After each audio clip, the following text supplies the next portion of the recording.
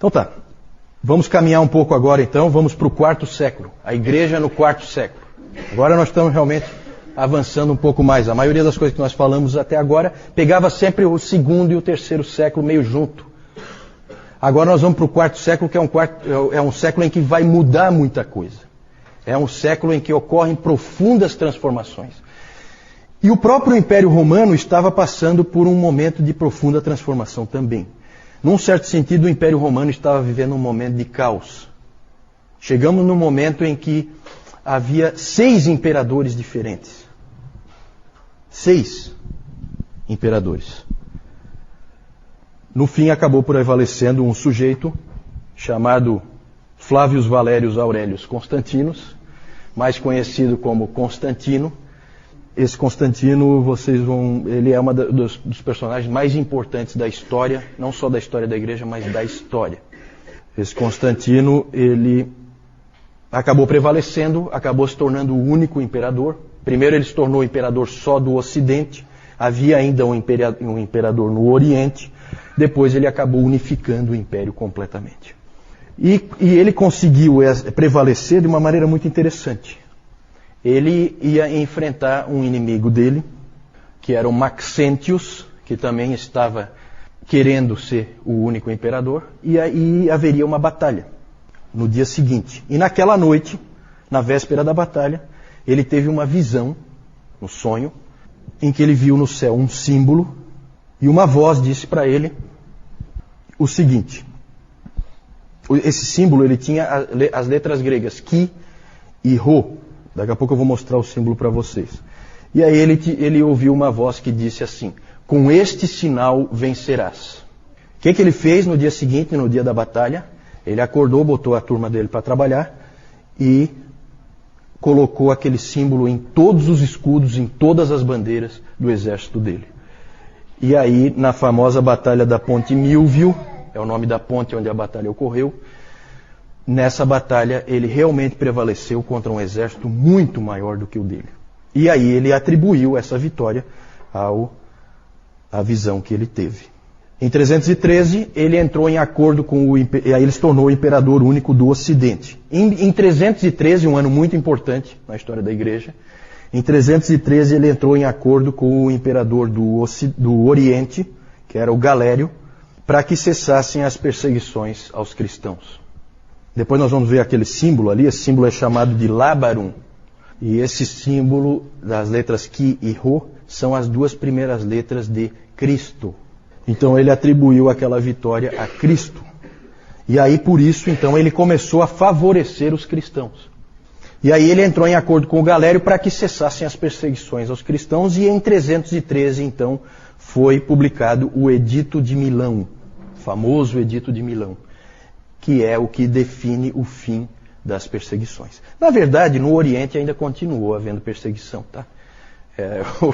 O Galério assinou, mas não, acho que ele não estava tão a fim de cumprir assim, e acabou continuando a perseguição. Inclusive os mártires de Sebaste, se não me engano, foi no ano 320 que eles morreram. Por isso que as perseguições ali a gente coloca do ano 60 até o ano 320. O Edito de Milão não estancou de vez ali as perseguições. Mas já estava, né, a coisa estava indo. No Ocidente passou a haver total liberdade para exercer a fé cristã. A coisa mudou assim. Vocês imaginam como é isso? Um monte de gente morreu anteontem. E agora, de repente, todo mundo pode livremente se dizer cristão. É uma transformação brutal. Uma coisa assim que muda tudo. No ano 324, Constantino acabou tomando o controle do império inteiro. E aí ele levou a capital do império para uma outra cidade. Deixou de ser Roma, a capital do Império Romano. Para onde que ele levou? Quem sabe? Para Constantinopla. Como é que chamava a cidade? Porque Constantinopla foi ele que deu, né? Claro, humildemente, né? O nome da cidade não era esse. Como é que chamava a cidade? Bizâncio, isso mesmo, Francisco. Ele levou para a cidade de Bizâncio, e lá então ele reconstruiu a cidade, claro, para ficar à altura do imperador, construiu um monte de monumentos, aquela coisa toda, e chamou a cidade de Constantinopla. Quem já viu Constantinopla num mapa, hoje é Istambul, né? você vai ver que ela é extremamente estratégica, porque ela fica no ponto de encontro da Ásia com a Europa. E o grande inimigo dos romanos naquele tempo eram os persas que vinham do Oriente. Então ele estrategicamente levou, como ali havia muito problema, ele levou a sede do império mais para o Oriente. E isso aí vai ter consequências para a igreja, tá? Tudo tem consequências. Já vamos ver isso aí. Até a mudança de Roma para Constantinopla vai afetar a igreja profundamente. A pergunta é a seguinte: Constantino era um cristão? Isso aí é difícil de dizer. Ele, ao longo da vida dele, ele sempre viveu uma vida que se poderia dizer subcristã, né? A vida dele não correspondia à fé que tinha.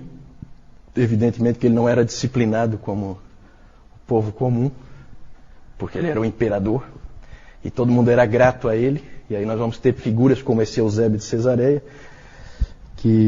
bom, depois eu falo do Eusébio. Mas ele sempre foi confuso no seu entendimento da fé. Ele dizia que Jesus Cristo tinha salvo ele dos seus pecados, mas ele sempre interferia na igreja. Quando ele dava um palpite, normalmente era errado. Então o entendimento dele era precário. Ele originalmente era um adorador do Deus Sol, como geralmente as tropas romanas eram. Então é difícil dizer. Ele na verdade nunca se batizou. Ele foi batizado só no ano da sua morte. Então deixaram para a última hora. Talvez também por causa daquele pensamento, sabendo que ele não vai cumprir nada mesmo. Então vamos deixar para lavar os pecados dele na última hora, quando ele não puder mais cometer. Eu acho que isso aí a igreja já tratou de fazer assim, porque viram que ele tratava os seus inimigos com extrema crueldade, não foi diferente dos outros, né? Só que agora os cristãos não são mais os inimigos. Então os cristãos escaparam, né? Uma coisa a gente pode dizer com certeza: se ele era cristão ou não, a gente não sabe direito. Mas uma coisa é clara: Constantino não somente tolerou a fé cristã, mas ele fez de tudo para fortalecê-la. Constantino auxiliou de todas as maneiras que ele podia a fé cristã. Algumas coisas que ele fez: ele livrou todos os oficiais das igrejas, os presbíteros, de qualquer tipo de trabalho. Eles passaram então a se dedicar somente à igreja. Passou a ser então a ideia do clero profissional. Eles passam a viver do fato de serem presbíteros. Uma coisa que ele trouxe e que continua vigente no Império Romano atual, né, porque o Império Romano parece que não acabou. Na verdade, nós continuamos com as mesmas coisas que foram implantadas pelos imperadores estão aí, como por exemplo nós aqui hoje. Foi ele que instituiu que o domingo, o dia do Senhor, é um dia livre. Ninguém deve trabalhar nesse dia. Se nós estamos aqui hoje, e a gente não precisa vir no canto do galo, né, Moisés? Senão nós teríamos que vir aqui 4 da manhã, na hora do banho de rio, né, João? Nós teríamos que estar aqui para o culto e depois nós íamos cada um para o seu local de trabalho. As crianças iam para a escola e assim seria, não fosse esse sujeito. Isso continua vigente em todos os países que foram cristianizados, certo? Foi ele que implantou isso, com a sua autoridade, com o seu poder. Que mais? Ele começou a construir as grandes igrejas, as grandes catedrais. Então todas aquelas grandes igrejas, a ideia vem dele. Ele tinha poder para isso, tinha força para isso, tinha recursos para isso. E aí ele foi quem introduziu esse tipo de coisa. E na mesma época de Constantino viveu um sujeito importante, esse aí, Eusébio de Cesareia, também é considerado um pai da igreja. Lembram que eu já falei dele, porque foi ele que escreveu, ele é considerado o pai da história da igreja, porque ele escreveu o livro História Eclesiástica, que conta várias histórias lá dos cristãos primitivos. Dizia-se de Eusébio que ele era tão erudito que ele sabia tudo o que havia para se saber. Eu acho que é um pouquinho de exagero aí, mas ele certamente foi um teólogo também, e ele introduziu uma coisa que depois começou a se chamar de a teologia oficial. Porque ele pegou esse momento histórico E aí é o perigo de você interpretar a providência de Deus. É sempre perigoso. Porque aí fica na cabeça assim, olha só o que aconteceu, o imperador se converteu ao cristianismo. Quem é que esperava isso? Depois de anos e anos de perseguição, 250 anos de perseguição, o imperador se converte ao cristianismo. Quem é que podia esperar uma coisa assim? Deus está fazendo alguma coisa. É isso que passa na cabeça. Mas o que ele está fazendo? E aí você começa a interpretar. E aí eu falei no domingo passado, é aquela questão da dificuldade de você pegar a história da igreja, a dificuldade é interpretar o que está acontecendo. E o Eusébio resolveu interpretar. E olha como é que ele interpretou uma frase dele aqui. Constantino foi elevado por Deus para ser o vice-regente de Deus. Constantino é o representante de Deus na Terra. Por isso que o Eusébio é considerado naquela classificação de Niebuhr, que eu mostrei no domingo passado, sobre a cultura, cristianismo e cultura, ele é considerado o que encaixa no Cristo da cultura. Por quê? Porque o Império Romano é o reino de Deus na Terra. É assim que ele pensava. Certo?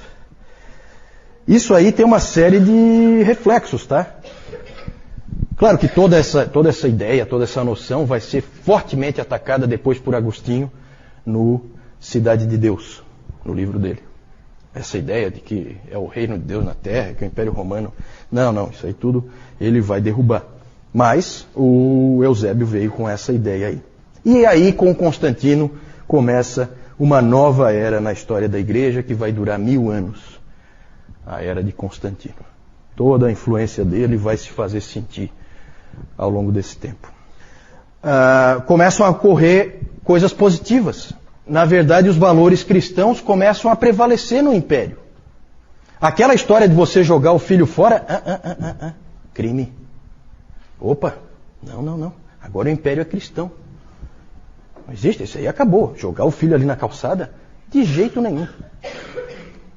Então, começou a haver esse tipo de coisa. Valores cristãos foram se impondo na sociedade.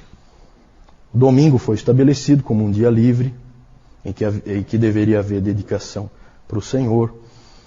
E é interessante, gente, uma coisa que eu já refleti bastante sobre isso, porque o David Calhoun ele levanta isso aí, e é realmente interessante. O que aconteceu nesses primeiros 500 anos é que você veio de uma sociedade totalmente pagã, um mundo, vamos falar de mundo, né? Você vem de um mundo totalmente pagão e esse mundo vai se tornando cristão. Cristão, entendam cristão de uma maneira ampla, tá?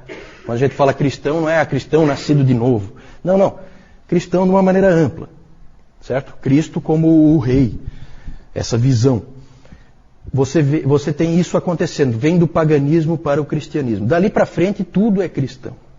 O cristianismo vai se fazer sentir ao longo de toda a história, até chegar nos últimos 500 anos. Aí o Calhoun fala que é um efeito espelho, né? Porque nos últimos 500 anos, de 1500 até o ano 2000, e até hoje, nós vemos o contrário acontecendo.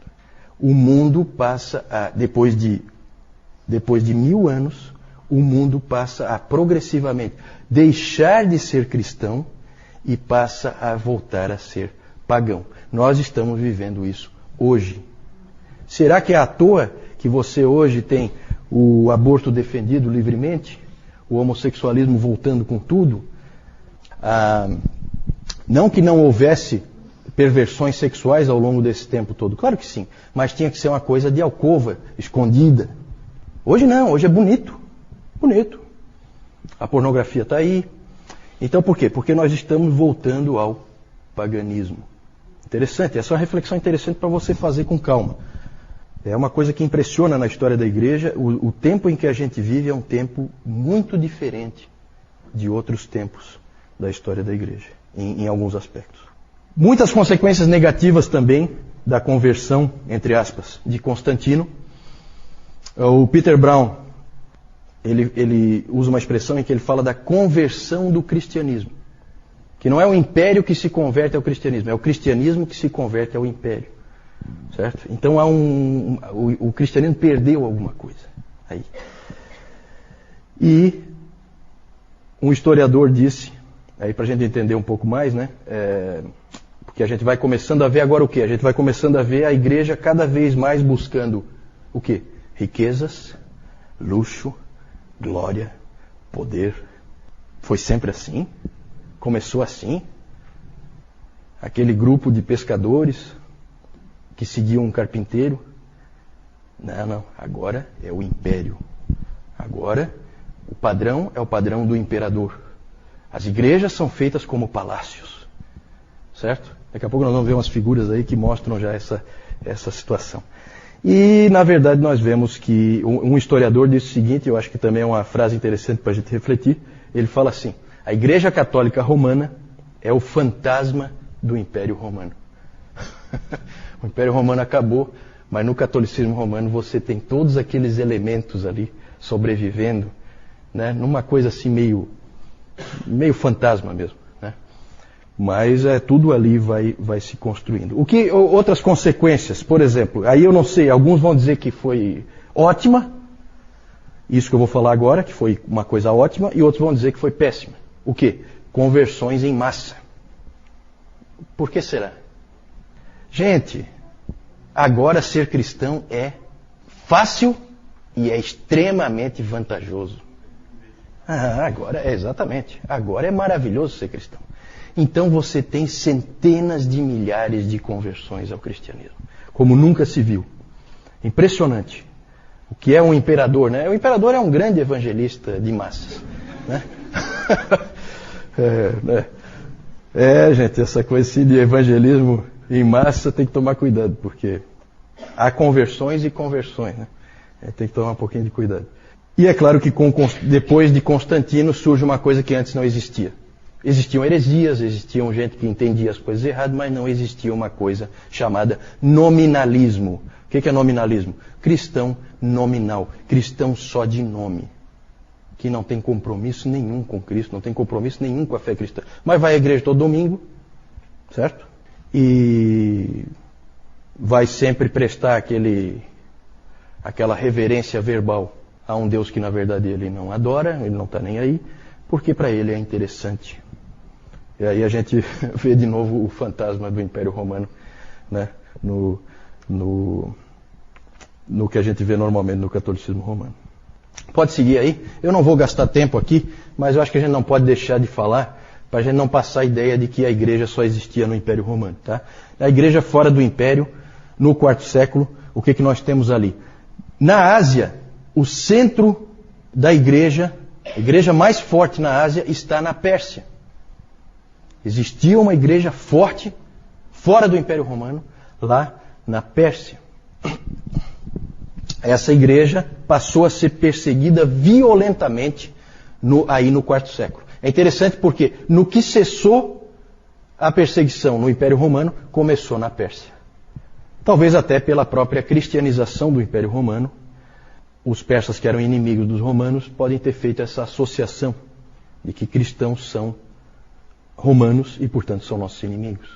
E aí houve uma das maiores, talvez a maior perseguição que já ocorreu em massa, né, perseguição em massa da história da igreja. Existem estimativas de que 190 mil cristãos persas tenham sido mortos nessa grande perseguição no quarto século na Pérsia.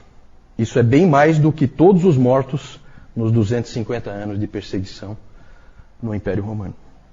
E o interessante é que esses cristãos ali da Pérsia normalmente foram bem mais fiéis do que os cristãos lá do Império Romano. Eles apostataram muito menos, foram muito mais fiéis, na média. Claro que a gente conhece poucas histórias, porque nós temos registros principalmente do Império Romano. De novo, aquela seletividade, a gente só consegue contar o que a gente tem, e o que a gente não tem é um problema. Na África também, fora do Império Romano, alguns lugares na África eram Império Romano, como nós já vimos. O norte da África todo, Tertuliano era africano, Agostinho era africano, o Cipriano era africano, você tem um monte de gente ali. Então todo o norte da África ali é Império Romano. O Egito é Império Romano. Mas mais para baixo ali do Egito, você tem o reino de Axum, que é a Etiópia, hoje é a Etiópia, que não é Império Romano. E você tem mais para baixo ainda, mais ao sul, você tem a Núbia, que hoje é o Sudão, aquela região ali onde é o Sudão.